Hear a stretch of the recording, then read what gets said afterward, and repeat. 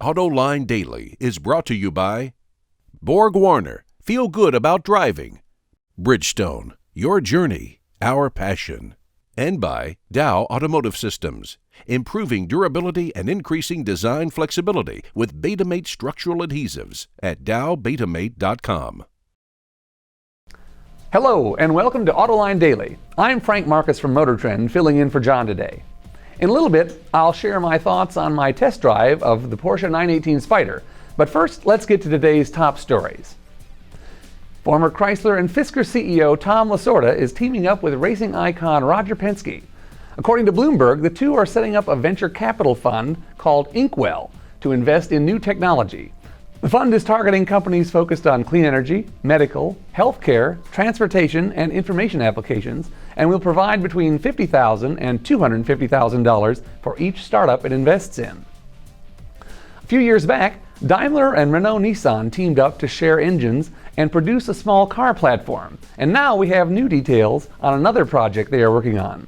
Ward's Auto reports that Nissan will build the entry-level Mercedes CLA at its plant in Mexico, as well as a new Infiniti model based on that platform, starting in 2017. A crossover vehicle for both Mercedes and Infiniti will be built on that platform as well. The CLA, which hits dealerships this fall in the US, is currently being built at Daimler's assembly plant in Hungary. Yesterday, the Autoline crew got a chance to put some miles on the new Chevy Cruze Diesel. They were impressed with how quiet it was inside the cabin and really only noticed the diesel with the windows rolled down. And the diesel's retuned suspension easily handled all kinds of road conditions. A well-equipped Cruze Diesel costs just under $27,000 and is on sale right now in select dealerships. Autoline will have a more in-depth look at the new Cruze Diesel in upcoming shows, but if you can't wait that long, check out last night's Autoline After Hours with Mike Segrist, the Assistant Chief Engineer of the car. The eagle-eye staff over at my publication Motor Trend spotted what appears to be the new 2014 Mazda 3 in Bank of America Merrill Lynch's annual Car Wars analysis. The leaked image shows the hatchback will carry over Mazda's Kodo design language, with long swooping lines met by hard edges and a front grille that is similar to that of the 6. But we'll have to wait for more info about the 3. Hybrid gas-electric supercars with price tags bracketing $1 million made a lot of news at this year's Geneva Motor Show. The redundantly named Ferrari LaFerrari topped the list with a $1.2 million price tag and a combined horsepower rating of 950. Priced almost as dear, the McLaren P1's engine and motor will reportedly produce 903 horsepower. But the car that started this trend, Porsche's 918 Spyder, starts at just $845,000 and produces 887 horsepower and 940 pound-feet. Porsche will be first to market, with production starting on September 18th. Get it? And I recently got the chance to be one of the first 18 non-Porsche employees ever to drive the 918. Porsche says its big 6.8 kilowatt-hour plug-in battery and 2 electric motors differentiate the 918 from its competitors, providing up to 18 miles of electric range, accompanied by a Tron-like whirring sound, and all-wheel drive acceleration to 60 miles an hour in what feels like less than the claimed 7 seconds. And on the European combined fuel economy cycle, it's reportedly registering over 70 miles per gallon. But toe into the throttle past about 70%, and the flat plane crank V8 roars to life, with its exhaust barking out the top of the engine just 2 feet back from your ears. Now you're in hybrid mode, which still optimizes for fuel economy. The sport and racing modes keep the engine on for maximum performance, like 0 to 60 in 2.8 seconds. Race mode works harder to keep the battery full, and a hot lap button temporarily allows the system to discharge the battery deeper than usual to deliver maximum thrust. What struck me most during my brief lapping session was how easily this all-wheel drive supercar delivers its stunning performance. The brake pedal feels firm and linear with no hint of handoff from regenerative to carbon ceramic braking. The thrust from the 2 motors and that Le Mans-derived V8 is otherworldly.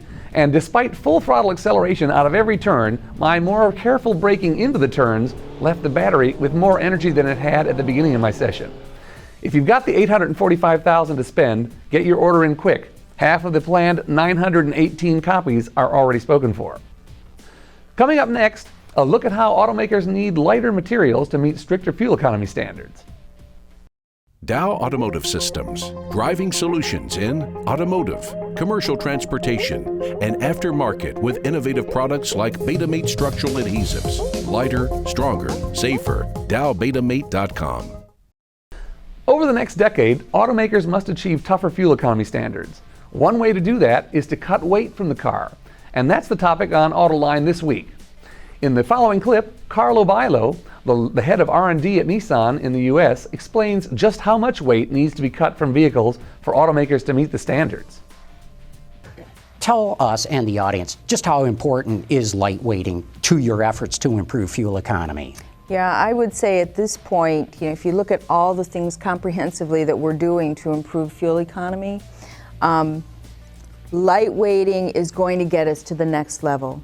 If you look at what we've done in powertrains, right now we're probably at about 80%, 90% of what we can eke out of improving the engine and plus our CVTs and efficiencies. You look at all the other loads coming into the system and we're about there. Aerodynamics, we're going to reduce it as much as we can, but that has its limits too. So then you're looking at, we need about a 30% weight reduction over the next few years to meet the upcoming standards. Oh my gosh, 30%. 30%. And right now we've probably done 5 to 7. So we have a lot more to go. In pounds, that's what, almost 1,000 pounds a vehicle? Almost. Wow, that's a lot of weight. Amazing amount, yes. And I got to tell the audience, this is an industry that fights over every gram. So to say that you're going to take out almost 1,000 pounds is an enormous effort. Right, and we look at fuel economy all the way down to 0.1, 0.01 mpg when we're trying to find every element to hit the target. Also joining John for that show is Frank Mocker from CSP Plastics and Rose Rintz from IAC. You can watch that entire show right now at Autoline.tv or check your local public television listings to see if Autoline airs in your area. And that brings us to the end of today's show, but a quick programming note. The Autoline crew is taking Monday off to honor Memorial Day in the U.S., so that means no new Autoline Daily.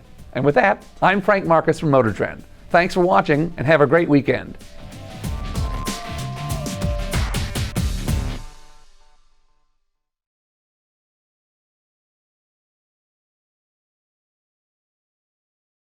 Wards is the industry leader for news, data, and analysis. That's why companies across the globe subscribe to our premium service, maybe even your own.